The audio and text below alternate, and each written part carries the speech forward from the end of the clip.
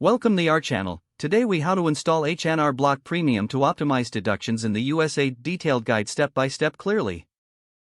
Start by visiting the official H&R Block website. Locate the products section on the home page. From there, find and select H&R Block Premium. Click on the Buy Now button to proceed. Choose whether you want a digital download or a CD version. If you opt for the digital download, click on the appropriate link. You'll be prompted to create an account or log in if you already have one. Fill in your personal information as required. After registering or logging in, you'll be directed to the payment page. Enter your payment details and confirm your purchase. Once the transaction is complete, you will receive a confirmation email. For the digital version, follow the link in the confirmation email to download the software.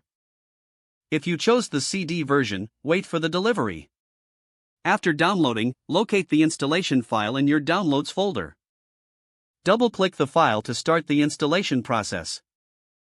Follow the on-screen prompts to complete the installation. You may need to accept the license agreement during the installation.